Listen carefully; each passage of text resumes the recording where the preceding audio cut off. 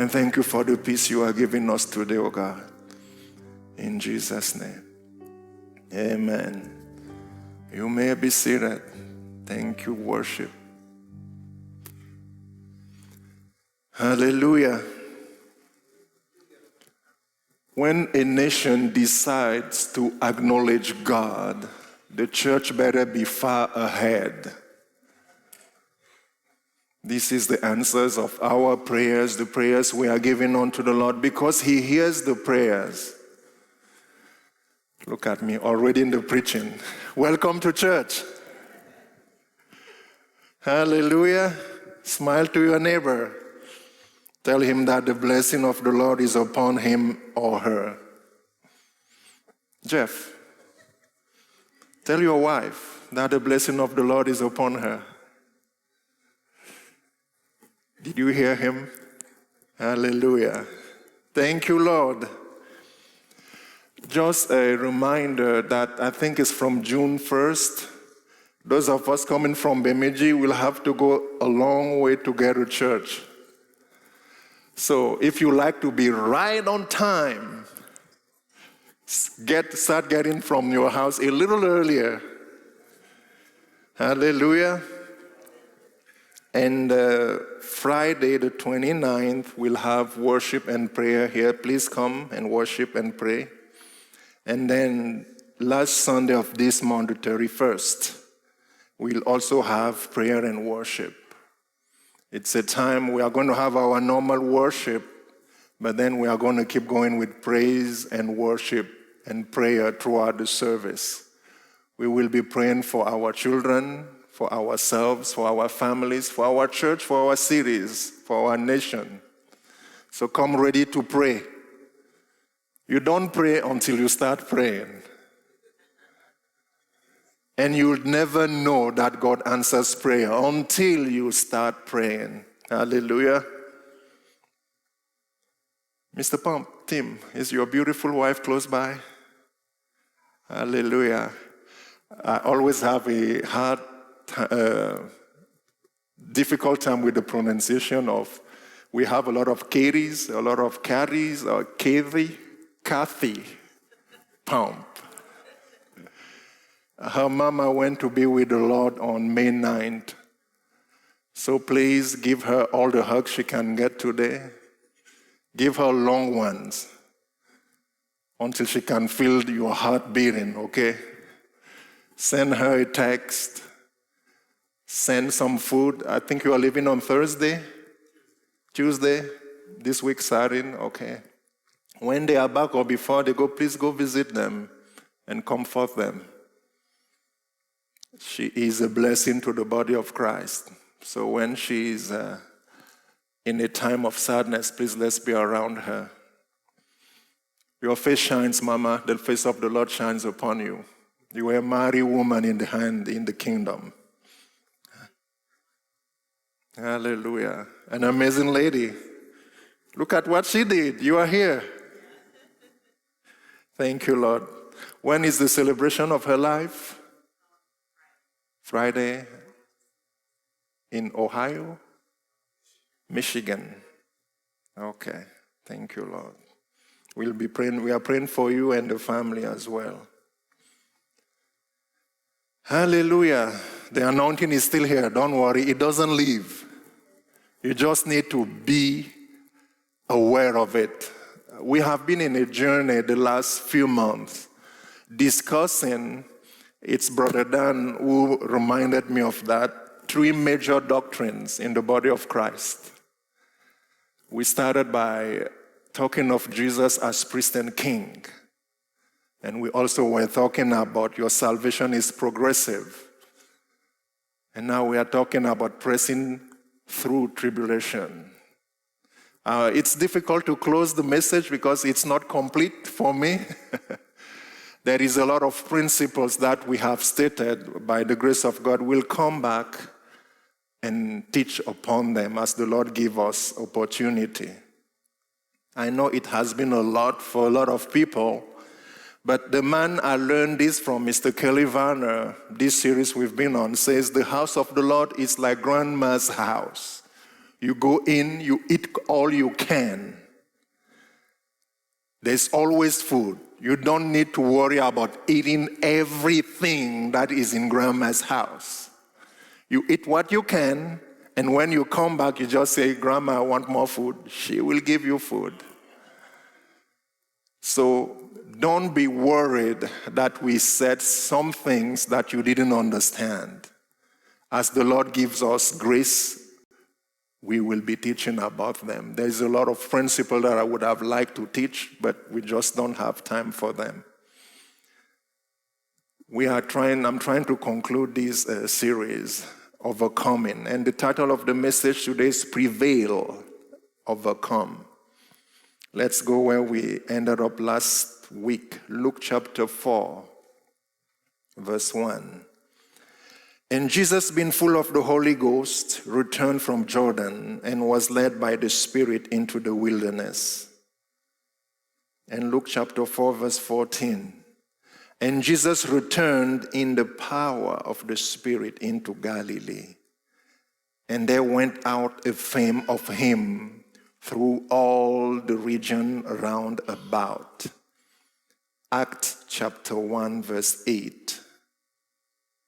This is a refresher of where we stopped last week.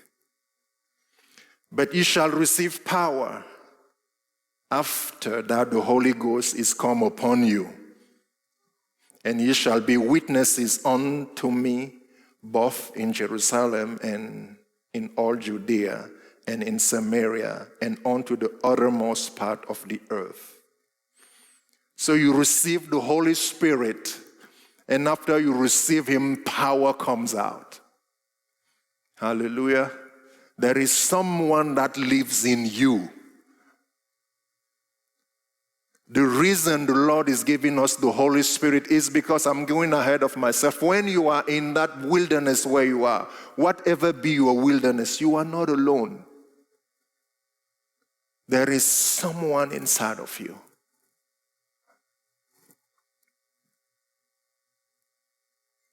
Just like Jesus, after the Holy Ghost has come upon you, he leads us into the wilderness. Some of us, our wilderness is our bodies. They are not feeling well. We are sick. Some of us might be finances. Some of us, wilderness is ministry. You see how anointed and knowledgeable of God you are, but for some reason you don't have an opportunity to pour yourself out. For some of us, it's a job. We are looking for a good job, a great job to provide for our families, for our children, for ourselves, and pay our tithes and give offering. Somebody say amen. It's good to give tithe and offerings. Hallelujah. What is your wilderness? What is that place where you know what ought to be, but you don't see it? For some of us, it's a sin that we are dealing with, a habit, a mindset. And for some of us, it's a doctrine. For some of us, it's a relationship. We want to be friends with people, we just don't know how. Or we want to get to know God, but we just don't know how. What is your wilderness? For some of us, it's family. Some of our families are so broken, and we are crying out to God for our families, for our children. Some of you have been praying for your children for more than 10 years so that they can finally come to God. There is good news. The wilderness is not meant to last. Wilderness is a good thing. It doesn't seem like it, but it's good. The Lord wants to take us to a place where we are not afraid of adversity. We are not afraid to fight, both spiritually and physically. Don't read too much into the physically. Someday. Jesus said to the apostles that now that I'm leaving, I ask you when you go to a town to not take money and to not take anything because it will be provided to you. Now I'm asking you, take your money. And he also said, pick up a sword. Hallelujah. There is adversity coming to the church. It's already here. I was reading the news, was it this morning or yesterday? A pastor in Ireland has been convicted and fined for quoting John 3:16 close to an abortion clinic. It's not that far. It's already here. Not to scare you. But it's something we have to go through. If the Lord does not let us go through it in this nation, where is the testimony of the church in these end times? Our children function faster than we did. Right? We used to have speed of sound when we grew up. You pick up your phone. For some of you who had a dial-up, that's what I love those phones. It comes back. You have to go that many times. And then we had buttons. Our children walk in the speed of light. Light is in their face every single day. We were in the speed of sound. You wait for that dial tone to come up. Oh, somebody picked up.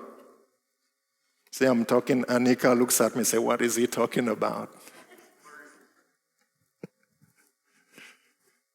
Yeah, you have it very good. So if we are to be relevant to our children, we need to get faster. There is something that is faster than speed of light. Your thoughts.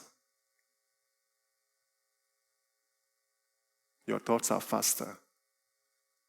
That's why all the battle that we'll ever face, the most difficult one, in between these two hands. Your mind. The way you see things, the way you hear things, the way you interpret things, the way the prism that you have in looking into things. I don't know why I'm going into this, but somebody needed to hear that. If you want the power to manifest, you must have the right mind. You must see things the way God does. You must be able to hear things the way He speaks them. When you read this word, read it the way He reads it to you. Not the way you want to read it or the way your pastor does it. Somebody asked me, what does God sound like? I told them He sounds like you. Try it. Some of you who don't know God's voice and you really want to get to know Him, when you read this word, you are going to hear a voice. For some of you, it sounds like a voice of your dad. For me, it used to sound like the voice of a good friend of mine. She came to stay with us and with her children. Her name is Mary. She was my first mentor. You've heard me talking about her. When I read the Bible, I heard her voice in my head. And then after that, it was my first spiritual father, Pastor Michel. In English, is Michael. In French, is Michel. He was so impactful in my life that I would hear him when I read the Bible. Or when I'm doing something I'm not supposed to do, I will hear him talking to me about it. Don't ask me what I did. The Lord forgave me, so it's in the past. And then later on, it became my pastor in Cameroon, Bishop Christian. When I'm praying, God, I want to hear your voice, I will hear him talking. The more I got to fellowship with God, the voice became different. It changed. Now when I read it, I can hear what he sounds like. And sometimes you'll hear yourself. I didn't want to say sometimes we are full of ourselves, so we hear us, but anyway. Learn to read it and hear his voice. That's why you must read it. We are going to come back to this. The power that the Holy Spirit brings to you has a price attached to it. As we concluded by saying that power is not given to children. The wilderness matures us. How? Because it's meant to empty us from ourselves, from our fear. It's meant to empty us from Egypt. So that when we get to the promised land, we are clean and filled with him. It's designed to be difficult. I know I'm preaching to the choir because all of you are in a position that you have something that is very difficult for you. It's by design. Don't let the experiences you are going through right now define who you are. You are the daughter of the Most High. You are the son of the Most High. Don't let your weakness define who you are. Don't let your strength define who you are. Don't let your lack define you.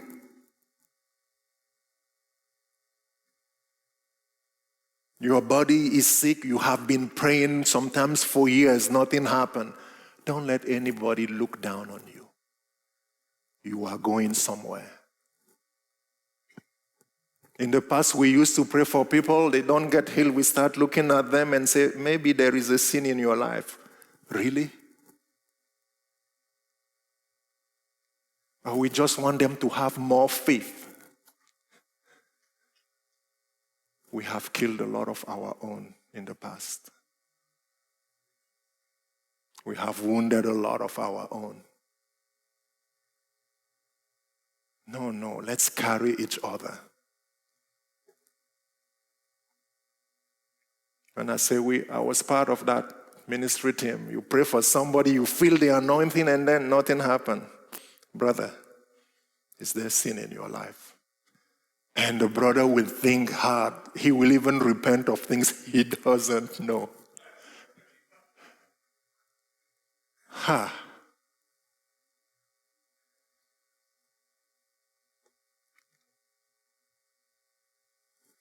The wilderness is for us to be emptied out from ourselves so that the Lord can put oil in us. If you want the fire of the Holy Spirit, you must have oil with you. A lot of it. You must have oil, enough oil to be able to wait for him to come. You must have enough oil in you that no matter what is happening, your boat is shaking, the waves are raging, you have enough oil to keep the fire going. Keeping the fire going is your responsibility.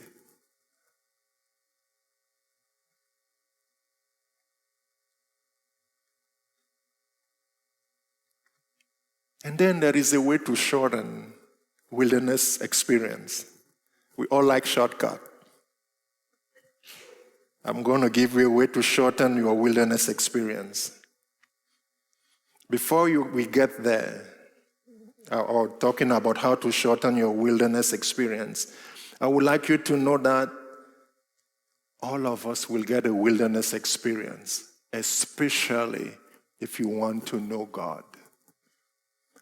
Nobody goes away without. Nobody. From Adam to the newborn today that is going to decide to follow God, wilderness is the first place he will lead us.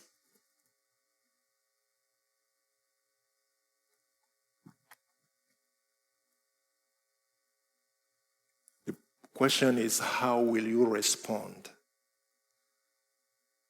And how long will it take you to respond? Jesus got through the wilderness by saying, "It is written." Remember, the devil took him and brought the world to him. Lust of the eyes, lust of the flesh, and the pride of life. And every time Jesus said, "It is written," he said, "Yes, what you said, it's true, but it is written." You want to make your experience short? Learn to say, "It is written." Your knees start hurting. I understand your knee. I am pushing 50. But it is written.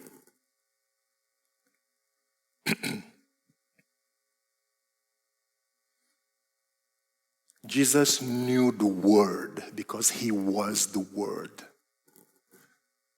Jesus took time to study the word. I thank God for his father Joseph. The man must have been a good teacher, although it's quite easy to teach Jesus. But still, he was a good father. He took time to teach Jesus. So good that at 12, Jesus was ready. And he took her mom to come and say, "Let's go before I spank you." An African woman, an African mom, that's what we would have said. Mary was really gentle and nice. If it was me, I would have been spanked. "You know how long I've been looking for you?" Thank God for Joseph and Mary. Can we imagine if they actually spanked him, how the conversation will be in heaven every time we saw them? "You really did spank him? Did you repent?" Hallelujah. John chapter 1, verse 1. This might be King James and not ESV, but anyway. "In the beginning was the Word, and the Word was with God, and the Word was God." John chapter 1, verse 14. "And the Word was made flesh and dwelt among us, and we beheld his glory, the glory as of the only begotten of the Father, full of grace and truth." Jesus will always be the pattern that you have to follow. When you live, look at Jesus' life. Whatever he did, he is always the pattern. Somebody said, whatever you do, you have to cross-check it. You have to bring it to the cross and check it there, because Jesus is always the pattern. He is the living word. He overcame the evil one by the word. So when the devil came to him and offered all these beautiful things in the world, Jesus said, "It is written."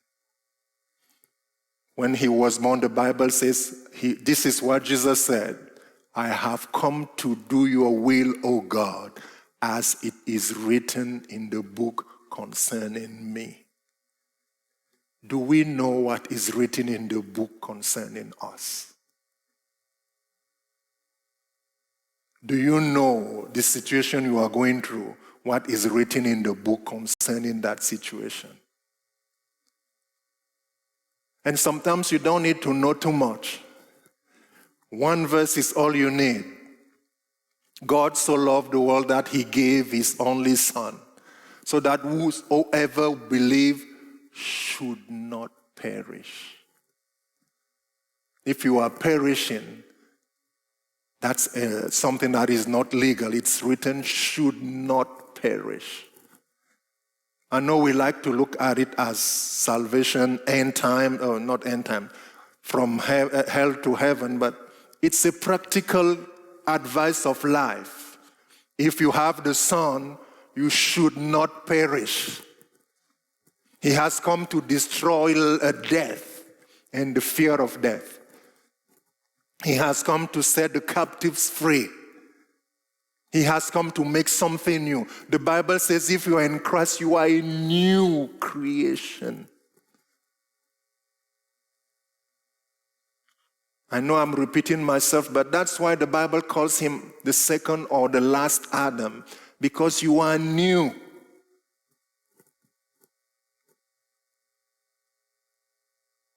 You are not a Jesus person, you are a Christ person. You've heard me saying that. Oh, I think I want to make an illustration, but is it a good time?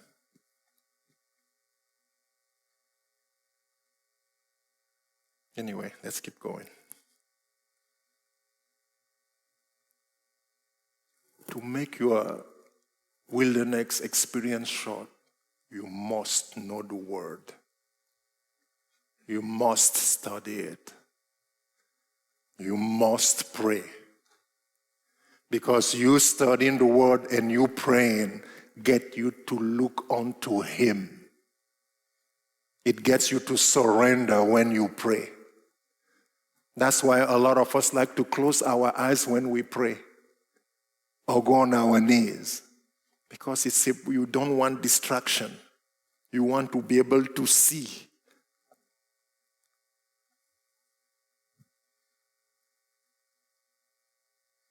The word once again has to become flesh in you and I. People must be able to look at us and say, can I touch them to be healed? I know that's far out there, but that's where we are going. Some of you will walk in signs and wonders that you'll have to hide because you cannot go to Walmart. When you get to Walmart and they know you are there, everybody comes out. It's written in the history of this nation, some of the generals that God raised in this nation. Go read their stories. There is a time coming where the glory of the Lord will be with you openly. And that's also going to be a great persecutions.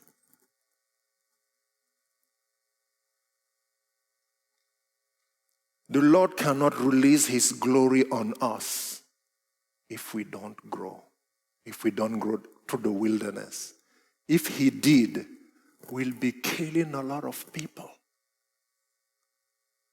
Some of us will go to our Congress and say, all of you who voted like this, I'm wiping you out.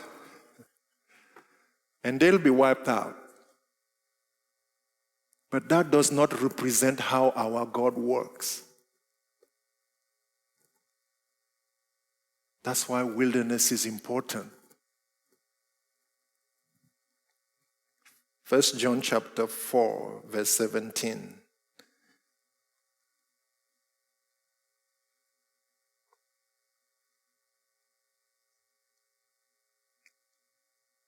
Herein is our love made perfect, that we may have boldness in the day of judgment.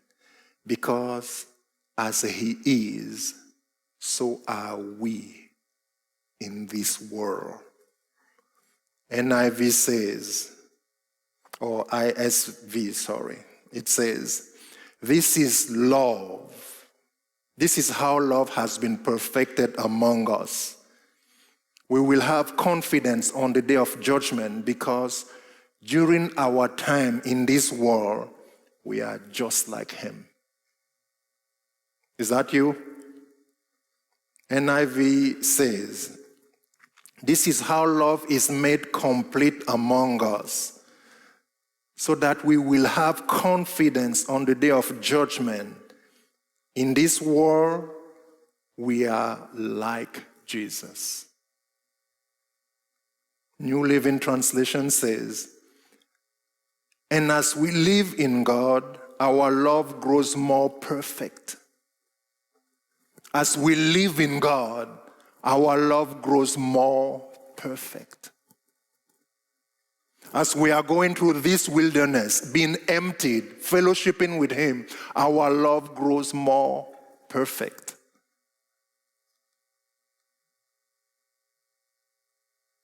So we will not be afraid on the day of judgment, but we can face him with confidence because we have lived, because we live like Jesus here in this world. Phillips' translation says, so our love for him grows more and more, filling us with complete confidence for the day when he shall judge all men. So we realize that our life in this world is actually his life lived in us. Do you understand that? The life you are called to live is the life of the Son of God. And the maturity is love. When you start loving people the way God loves them, there are things you will not say to them casually. When you start loving your brother or your sister the way God loves them, you will be forgiving them easily. When love becomes your practice, there is nothing the Lord will withhold from you. He who loves is made perfect. Because when you love, you are a mercy giver. When you love, somebody offends you by the way they spoke, you forgive. How many of you know that forgiving is not an easy thing? At least for me, it used not to be. You know that this person is wrong. And you hear God saying, it's your sister, it's your brother, forgive. But God, I haven't seen them repenting. The devil will not ask you to forgive anyone. He doesn't know how. He will never tempt you with forgiveness. So you finish fighting with your spouse, and you were right in the fight. And the Lord says, go make peace. But God, he's the one who started it. I just told him what he needed to know. And you are right. But the Lord says, go make peace. Those are the sons and daughters of God. That's something I like with my wife. We make peace as we go. She's a very gentle soul. So I know that all the gentleness that can be in a human being was given to me. So your spouse is not as gentle as mine, but you are still required to forgive. And you don't feel it. Sometimes it's as if you are being a hypocrite while you forgive somebody. You still have this feeling inside, I don't know, okay, I forgive you. I hope you stump your toe.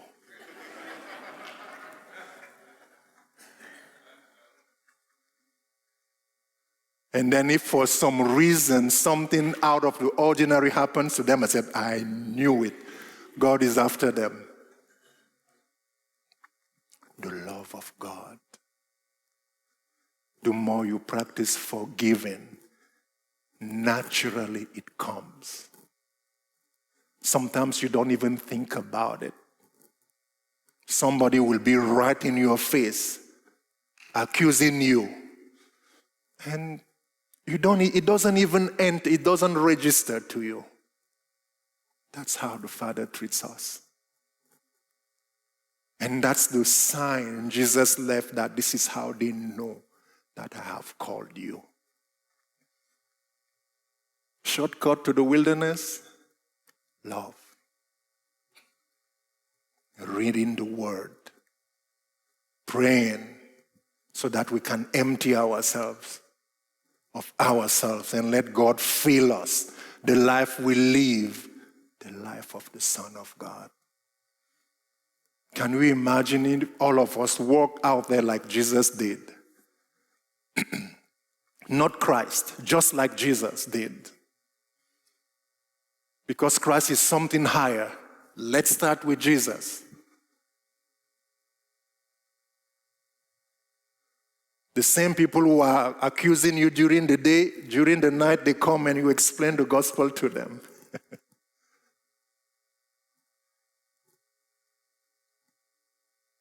How beautiful would it be when we become mature in love in the kingdom of God? If somebody goes after James, I stand with James. Brother James, what did you do that anyway? Let's fight them first. You protect your brother. And you pray for him. You hear that a brother fell in sin. Don't let it become the object of your conversation. Pray for him.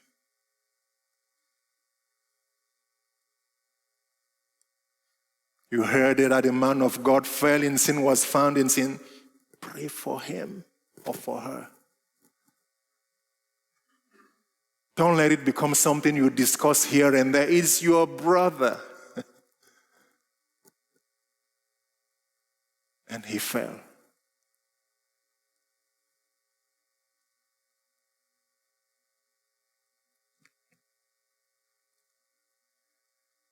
First John chapter 5, verse 3 to 4. For this is love. This is the love, that we keep his commandments. Can you hear me? And his commandments are not grievous. For whatsoever is born of God overcometh the world, and this is the victory that overcomes the world, even our faith. Revelation chapter 3, verse 21. To him that overcometh will I grant to sit with me in my throne, even as I also overcame and am set down with my fathers in his throne. Can you imagine this? This wilderness experience you have, Jesus is expecting you to overcome it. He's expecting you to go beyond it. That feeling of despair that sometimes grips you at night, the Lord expects you to overcome that.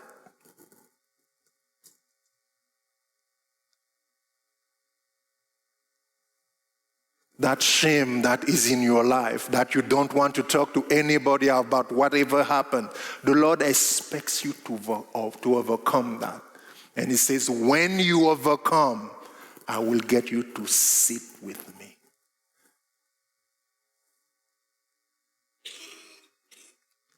We are to conquer the world as Jesus did. The lust of the flesh, we have to overcome it. The lust of the eyes, we have to overcome it. Pride of life.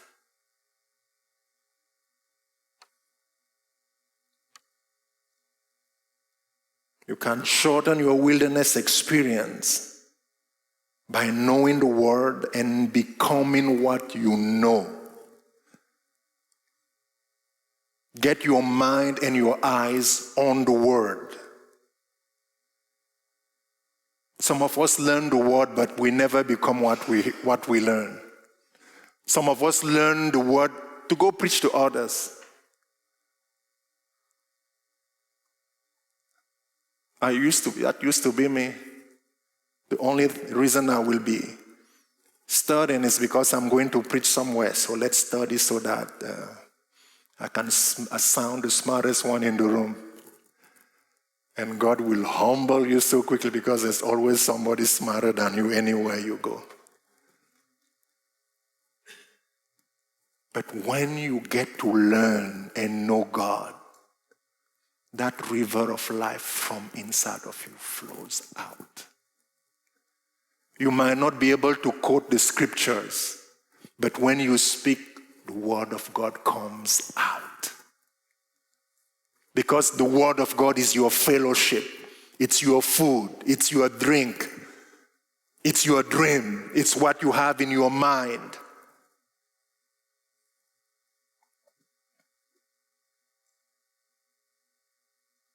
God is doing a work in your life and in mine, and he's doing it inside the wilderness.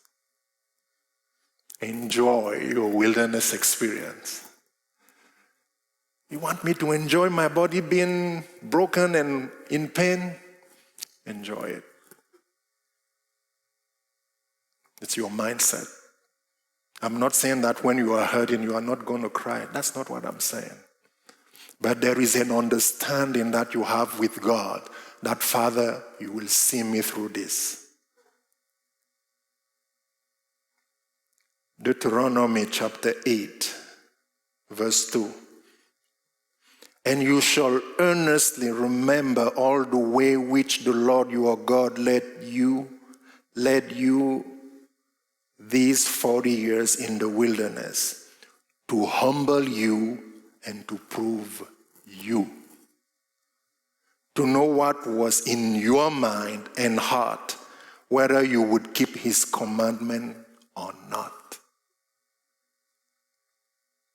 God knows from the beginning that you can make it through the wilderness. And he's taking you there so that you will know that you can make it. The wilderness will show you who you are. It will say, Gilles, this is what you believe, this is what you think, this is what you want, this is what I want.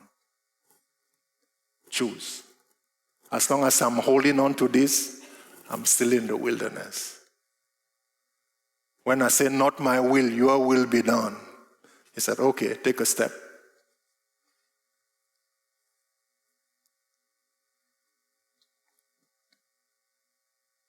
The wilderness helps you see yourselves the way God sees you. And it helps you also see other people the way God sees them. Coming back to love, when you deal with a child of God, have in your heart and mind that this is God's precious child. He might be filthy right now, but I can see the holiness of God in him.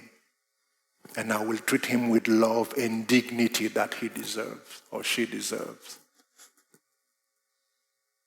Then you don't try to be the Lord over them. You empower them to become who they are supposed to be. Do they need correction? Of course they do. Which one of us doesn't?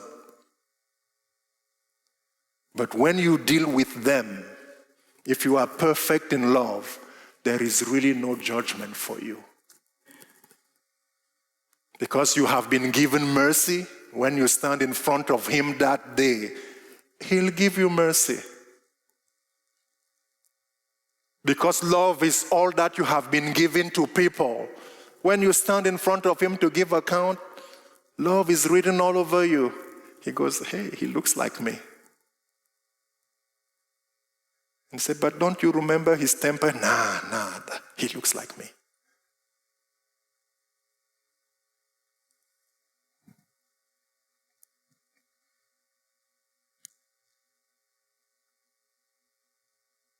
Deuteronomy 8:15. Is that where we were? No, verse 15 now. The Lord thy God who led thee through that great and terrible wilderness, wherein were fiery serpent and scorpions and drought, where there was no water, who brought thee forth water out of the rock of flint. Did you read that? When you are in lack, the Lord will bring water for you from the rock himself.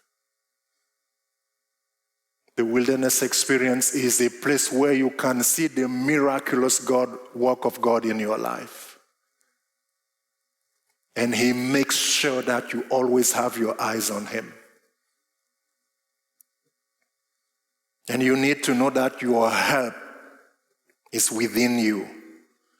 Deuteronomy 30, verse 11 to 14. For this commandment that I command you today is not too hard for you, neither is it far off. It is not in heaven that you should say, we will ascend to heaven for us and bring it to us, that we may hear it and do it. Neither is it beyond the sea that you should say, we shall go over the sea for us and bring it to us, that we may hear it and see it. But the word is very near you. It is in your mouth and it is in your heart. So you can do it. Romans chapter 10. I'm going to read these for you, but go back home and read them. But the righteousness based on faith says, do not say in your heart, who shall ascend into the heaven, that is to bring Christ down, or who will descend into the abyss, that is to bring Christ up from the dead. But what does it say? The word is near you, in your mouth and in your heart. That is the word of faith that we proclaim.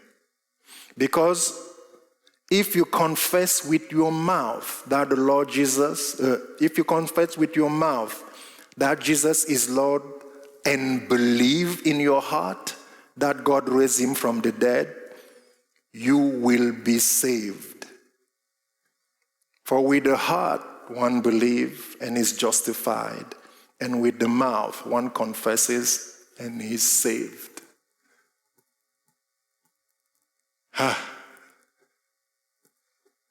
We use that when we preach the gospel, but we forget to use that when we live, when we go through life. If you confess with your mouth, you shall be saved. What are the confession of our mouth? How do you see yourself? What do you say about yourself?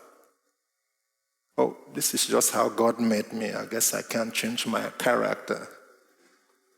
Really? No, God made me this way. What way? I'm just short-tempered. That's me. You have to accept me that way. Hey, we will accept you, but you don't accept yourself that way. And when I say accept, is that we are going to love you the way you are. But in love, we are also going to treat you the way we should.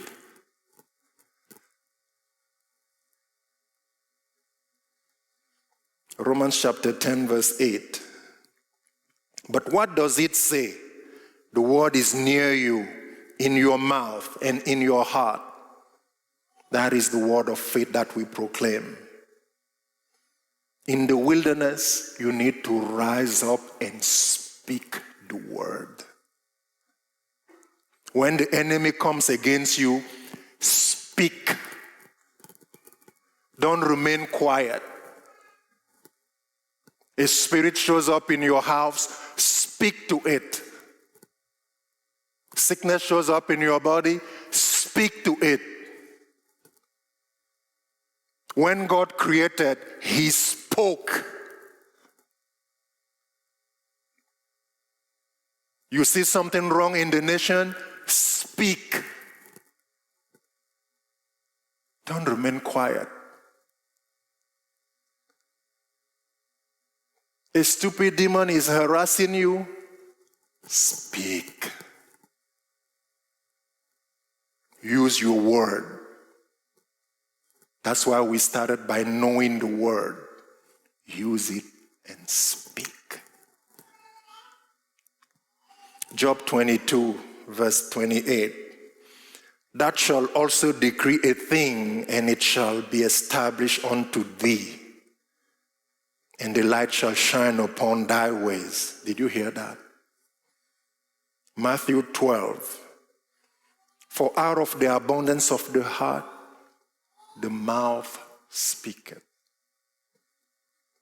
A good man out of his good treasure of the heart bringeth forth good things, and an evil man out of the evil treasures bringeth forth evil things. Proverbs 15. A wholesome tongue is a tree of life, but perverseness therein is a breach in the spirit. Forget that last part. A wholesome tongue is a tree of life. If you have a tongue in the wilderness, use it. Proverbs 12:18. There is that speaketh like the piercing of a sword, but the tongue of the wise is health. Are you wise? Let your tongue speak health to yourself and to the people around you.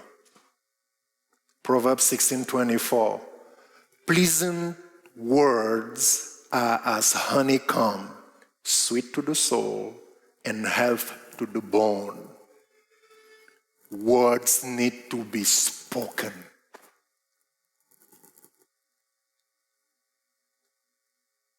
Matthew 12:37. For by the words thou shalt be justified, and by thy words thou shalt be condemned. Do you hear that? When you are in a difficult situation, speak to it. That's how the Lord created the earth. Let there be. Speak to your wallet. You are too empty. Fill up. And then after that, hands, go work. Whatever you need, dig from inside and speak it out. Because when Jesus said, when he left, I said, I will send you a comforter. Josh, can you come up? I will send you a comforter. You are not going through the wilderness alone. There was one that was sent to come with you and to bear you on eagle wings.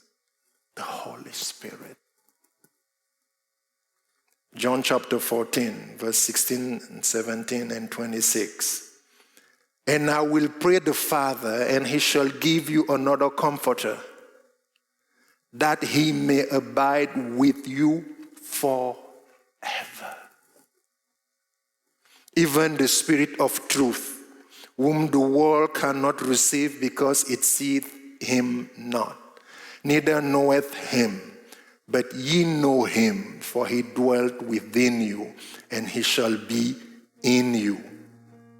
But the Comforter, which is the Holy Ghost, whom the Father will send in my name, he shall teach you all things, and bring all things to your remembrance, whatsoever I have said unto you. The Holy Spirit from within you. To him who is able to do far above what he can think or imagine, according to the power that is at work in you.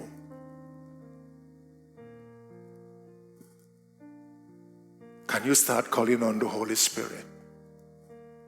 Tell him, fill me. No, don't touch me, Holy Spirit. Fill me. We're in prayer time now. You can start talking to him. The Lord Most High, the creator of the universe, he lives in you. In the wilderness, he's the one who empowers you to go through. When your body is in pain, he's the one inside. Dig into him.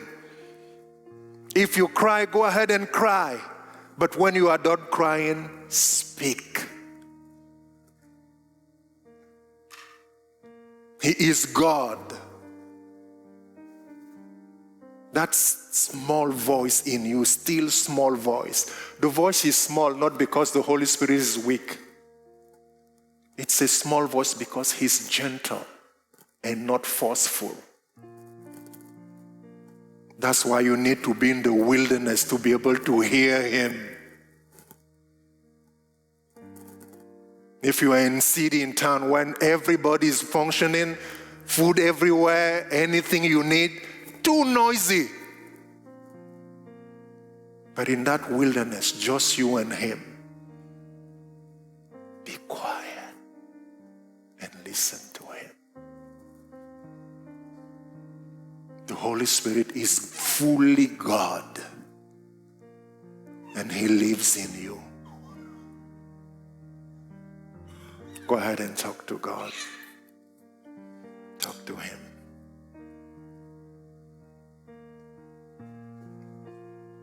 Talk to him.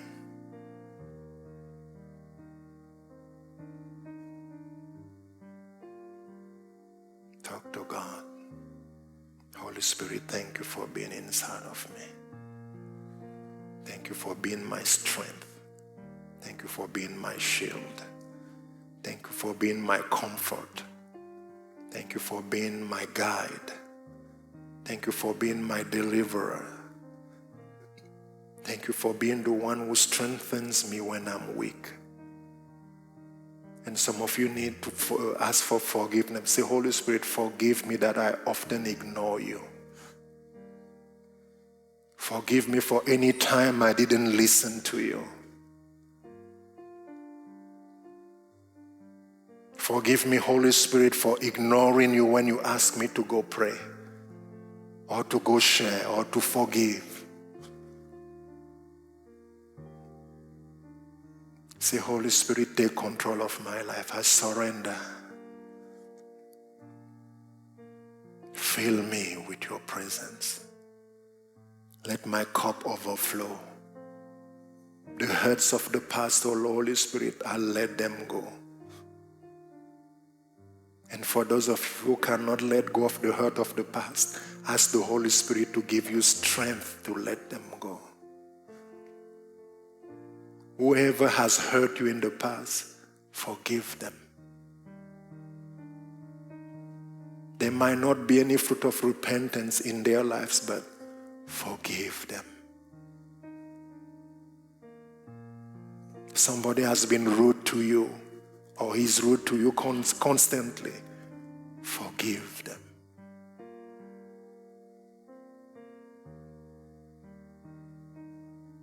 Thank you, Lord.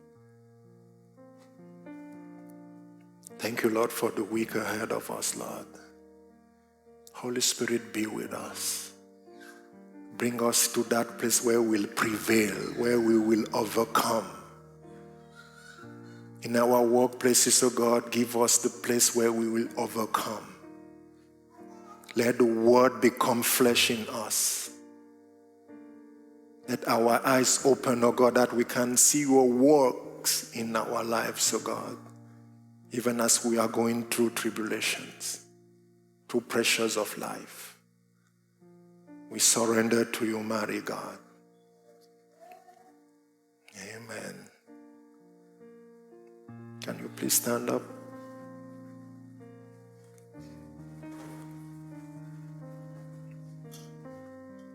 Let's take a minute to pray for our nation. What do you see God doing in the nation? Go ahead and start speaking it out. Go ahead and pray your own prayer for the nation. From the president to the newborn, today release God's grace upon the nation. Father, we release the fear of your name in the nation, O God. In the high places, O God, we release the fear of your name. Wherever your name is mentioned in the nation, O Lord, let it be earthquakes, signs, and wonders in the name of Jesus. Wherever your name is spoken of in our nation, O God, let your fear be in that place, O God. As your sons and daughters go to the nations, O God, let them carry the holiness of your name wherever they go. Let the change that's supposed to happen in the nation start with us now in the name of Jesus. Let it rain afresh in the nation, O God. In Jesus' name. Amen. We ready to share the grace? May the grace of our Lord Jesus Christ, the love of God, and the sweet fellowship of the Holy Spirit be and abide with us all. Surely goodness and mercy will follow us all the days of our life, and we shall dwell in the house of the Lord forever and ever. In Jesus' name, amen. All right, you are dismissed. Go say hi to somebody and give them a hug.